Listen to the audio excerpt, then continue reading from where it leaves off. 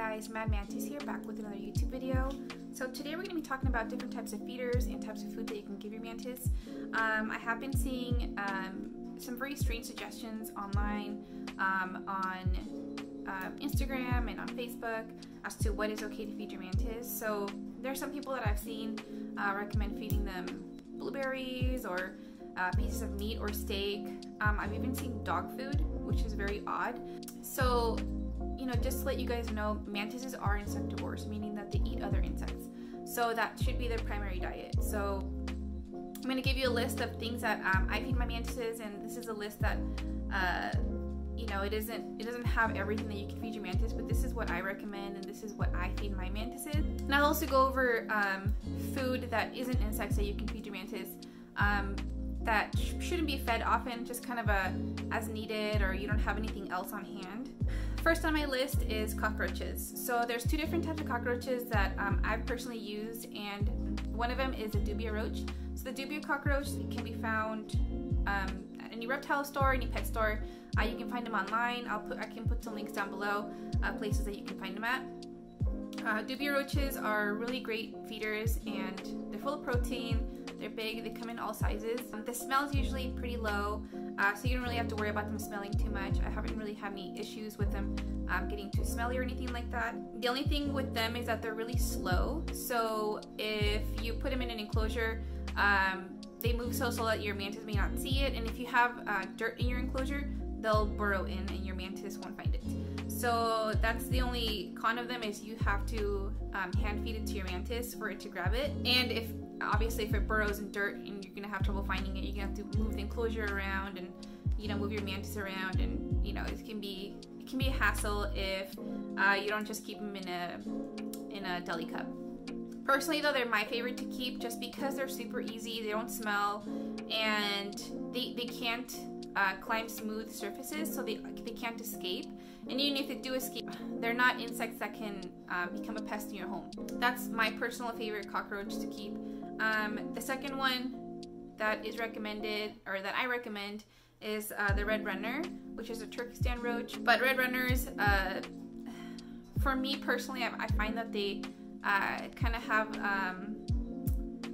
they kind of smell more for me. I don't know if maybe the way I'm keeping them isn't right, but they're not my favorite. You can definitely tell that you're keeping cockroaches, you know, when you have red runners. So that's not one that I personally like to keep, although it's a really good feeder for your mantis. If you guys maybe have a better way to keep them and make them smell less, please put it down in the comments. A positive for them is that they're very quick. So if you put them in there, they'll run around so fast that your mantis will definitely not miss it. It'll catch it, it'll eat it, it'll catch its eye. That's a great positive for the red runners, that they're very quick and your mantis will see it. Red runners can escape, so you do have to make sure that wherever you're keeping them, you have a really tight lid, just because they can climb smooth surfaces and they may escape, and those are the ones that can cause issues in your home. So that's kind of another con to them. But they are really good feeders, so I do buy them here and there. My mantises go through food so fast that I'll buy a batch of them and they'll be gone in a week, so I don't really have to worry about keeping them for too long and them stinking up the place or smelling weird or anything like that. The second feeder that I don't keep usually just because it's difficult to keep, that is flies. So that includes blue bottle flies and green bottle flies. So flies are definitely the easiest to feed your mantis. You throw them in there, they fly around. Obviously your mantis is going to see it, it's going to grab it, it's going to eat it. The only thing with flies is that it's really hard it kind of gets expensive for you to keep getting them over and over. It's one of the ones that you have to keep ordering them, and then once you have them, you have to, if you leave them outside, they'll last maybe about a week after they've hatched. You have to keep them in the fridge, and you have to feed them a mixture of water and honey, and that keeps them alive for a little bit longer. They do kind of start smelling funky after a while too. You do have to make sure that once you take them out of the fridge, you feed them, you grab them with some tweezers and throw them in right away, just because as soon as they start warming up, they're going to start regaining the ability to fly, and if you're not quick enough, some of them may escape and fly off and obviously be a nuisance inside your home. But they are great feeders, so it's one of the ones that I occasionally get if I'm getting a mantis, or if I'm ordering new mantises. I'll throw in some flies just because, you know, it's good to have variety your mantis's diet. The next one is fruit flies. Obviously, that's one of the staple feeders that you should have at all times, just because you're always going to need them, especially if you're going to keep getting mantises in. You're going to be getting, it's obviously they're great feeders for nymphs and very small mantises, so they're super easy to culture. I have a video of how to keep your culture going, if you guys want to check that out. Another good feeder is moths. So you can buy waxworms from a pet store and you can have them turn into moths, although sometimes, honestly, I've never had any luck with that. I'll just feed the waxworm just by itself. Anytime I try and have them turn into moths, they end up just dying. Another one that I like to feed every once in a while are mealworms and superworms. So mealworms and superworms aren't a good staple food just because they're very fatty, but it is a good thing to have just in case you run out. Just make sure that with those, you're keeping them very clean. You make sure that you're taking out any dead worms, because the other worms will eat the dead worms, and that can cause issues with your mantis because, you know, they're eating a rotting worm, and that can obviously make your mantis sick. It gets some bacteria in its gut, and it can possibly kill your mantis. So just make sure with those you keep them very clean, keep them well fed. Usually I do have to hand feed those for the little mantises, but for the big mantises, they'll usually grab it. If you want to be extra careful, sometimes what I do is I'll cut the head off of the superworm, and I'll cut the tail off the superworm, and then I will grab some tweezers and take out the intestinal tract. It's like a really big, long black string that'll come out of them, just in case there's something in their gut that may make your mantis sick. I'm moving on to non-insect food. So this is something that you should feed very, very sparingly, and that's only if needed. I have occasionally fed my mantises honey, maybe mixed with a little bit banana, and that's usually if they've had a bad mold and, you know, you can tell that they're lethargic and they kind of need that little boost of energy. So you kind of mix it up. If you want to dilute it with water a little bit, just so you can feed it to them with a syringe, you can do that.